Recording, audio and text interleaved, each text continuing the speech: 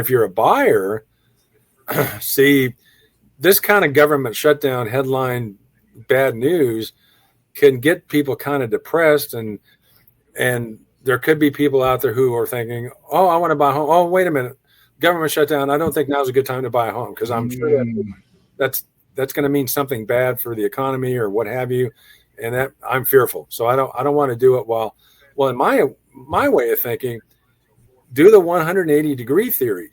If that's what most people are thinking, go the other way.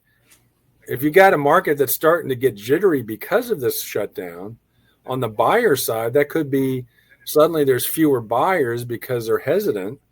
For those of you who feel like you're pretty, secure in your situation, your family situation, your employment situation, your income situation, if you feel secure about that, and you've been on the fence about buying, and you're like to the point where you got to buy something, maybe for very specific reasons, gee whiz, get out there now, because I think you're going to see less competition.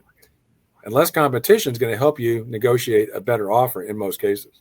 Is that with that the less competition, then that the seller is more open to negotiation as well because they're seeing less traffic? Well, exactly. So that's the seller side of things. They're going to, what better barometer, if you will, of buyer demand than sellers, because they've got their homes active on the market. Most of them you're able to view with the help of your agent as the buyer or prospective buyer. They do open houses all the time. So the sellers are very tuned in to what's going on with buyer psychology. And if these government shutdown situations, and this one in particular, and if it drags on, that could start to affect buyer psychology. So those brave enough and are secure enough in their economic situation to look past that, get out there and buy now, because you're going to have more negotiating leverage. On the seller side, they're going to end up probably helping that buyer find out that's true, because they're getting nervous that their homes have been lingering on the market longer. Days on markets have been going out a little bit.